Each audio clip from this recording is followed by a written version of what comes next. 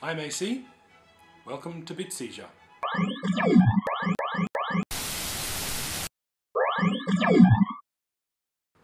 Today I'm going to be talking about 5 Game Boy games that were only released in Japan. But first, I'm going to tell you how I got them. This is a Game Boy Light. The Game Boy Light was never released outside of Japan, so I wouldn't say it's rare, but people do sometimes pay an idiotic amount of money for them. In Japan though, I got this and all of these games here for about $60 Australian off the Yahoo auction site.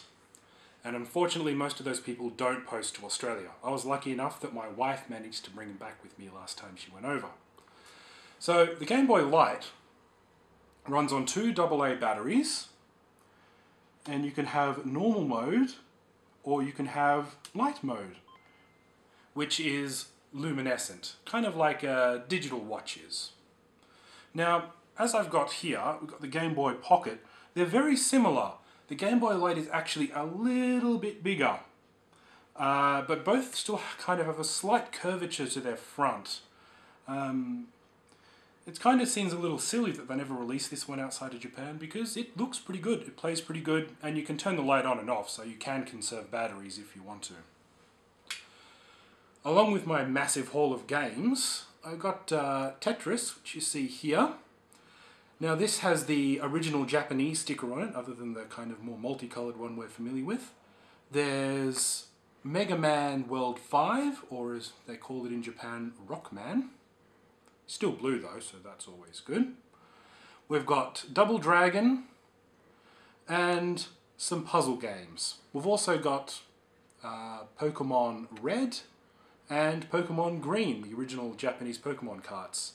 The green one having the little plant dude on the front rather than the water dude in the English versions. So today I'm going to show you these 5 games. I'll be using the Super Game Boy today. Nothing against emulators, I just prefer the real thing. Now, our first game is Magicaru Taro Token, which in English is pretty much Magical Taruruto. It's based off the anime of the same name, which is meant for kids. I can't say I'm familiar with it myself though. This is just the opening title sequence, and here is Taruruto-kun. As you can see, it's just a basic platformer. The walk mechanic looks a little odd, but the controls are pretty fluent. Now, all of a sudden you got this weird kind of demon guy, who seems to have a bum for a helmet. He just kind of follows you around and repeats the same kind of moving patterns that you do.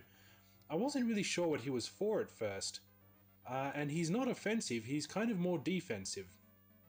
In other words, if you get hit by something, he pretty much takes it for you. He disappears and you get to live a little while longer. Now I gotta say, this game is kinda difficult. As you're about to see here, rock in a hard place. Back to the same bit again. And whooshka, cop that, he says. I'll get it this time though. Now sometimes the rats will drop power-ups. You hallucinate and Bum Helmet Guy is back again. It's good being able to have a kind of a hit point because, as I said, it is a really difficult game in some sections.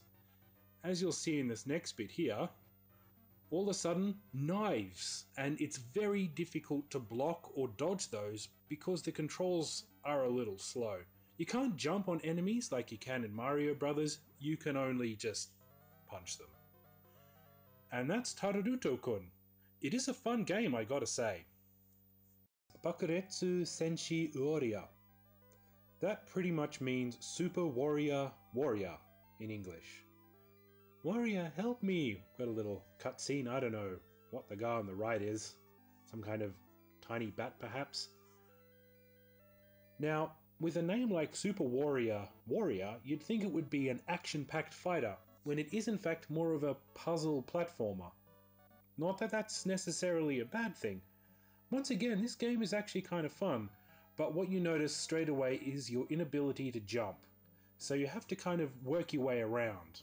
And we've got that little guy on the bottom right hand side of the screen shaking things up. I think he's a giant chicken.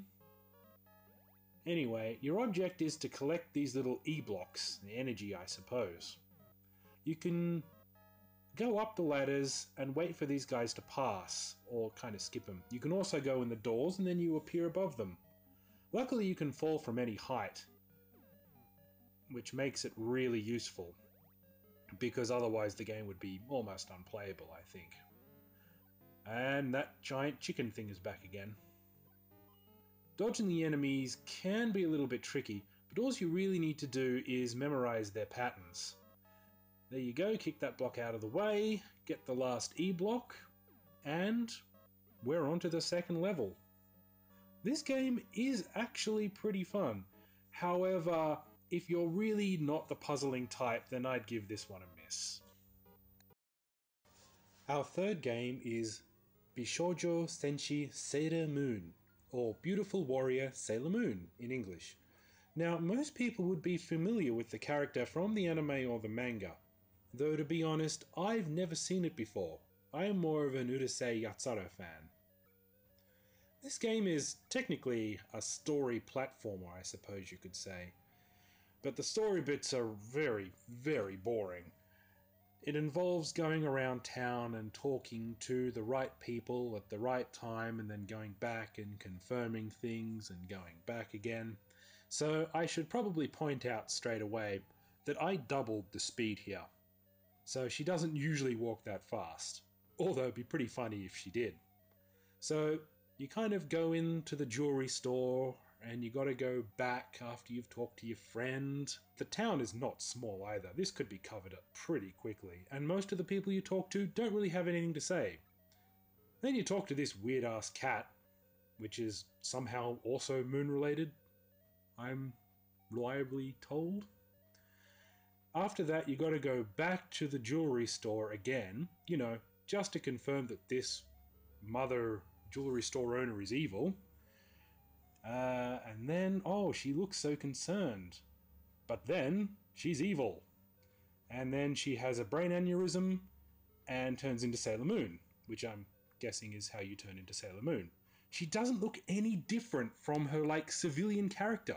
That kind of annoys me. The enemies are all the same, so let's just skip to the final boss. And I've slowed this down to real-time speed, by the way. Now all you got is this dinky little kick, which doesn't do anything, especially to someone who's floating above your head. 3 hits and you're dead. It's very difficult to jump and kick, and now you're dead. So there you go, that's Sailor Moon. My advice is don't. Our fourth game is Tamagochi 2. Now, you probably remember Tamagotchis as the cute little electronic pets from the 1990s. Did that need to be made into a Game Boy game? No, it did not. It comes on a bright yellow cartridge, which is probably the funnest thing about this game. Now, you're this little girl, and she goes around looking for eggs, slugs, leeches, as little kids do. And she's found a ball, or possibly an egg. Now, you can name your Tamagotchi. I've named mine which is how I feel about this game. Now, your egg/ball hatches, and what have you got? You've got a leech. Adorable. A dizzy leech by the look of it. Now, you've got these icons down the bottom. So you can choose what you want to do. You can eat it, electrocute it, throw a baseball at it, get it to become an ambulance driver, feed it to a chicken, throw a seashell at it, or, you know, kill it with lightning. Let's try eating it, or feeding it in this case. I suppose leeches like leaves. Feed it one of those, and oh, he loves that. But he's not even eating it. It's a Game Boy game. You could put the extra effort in there, you know? So let's try something else. Throw a baseball at it. Or play with it, I suppose.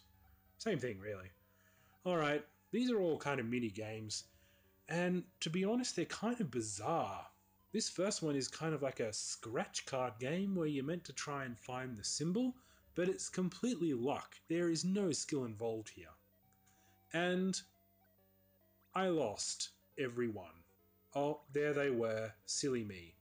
Once again, I really don't want to know what Tamagotchi 1 was all about, but you really don't need to bother with Tamagotchi 2. Our fifth and last game is Doraemon Taiketsu Himitsu Dogu, which kind of translates to Doraemon Secret Fighting Tools. Again, a lot of people will be familiar with Doraemon, the earless robotic cat from the future. This is a pretty fun game. You got the overhead view, and then you kind of go into these little doors, talk to people, which you don't really need to do, and you got yourself a minigame. Now these minigames are pretty fun, I gotta say. They're also quite challenging. Now, you're against these little rats, and for the moment all you've got is this kind of boxing glove protruding from your chest, which I suppose makes him a relation of Inspector Gadget. The only problem is, as you just saw, you die really easily. Now, oh, and I'm dead again. Now, no hit points, no forgiveness.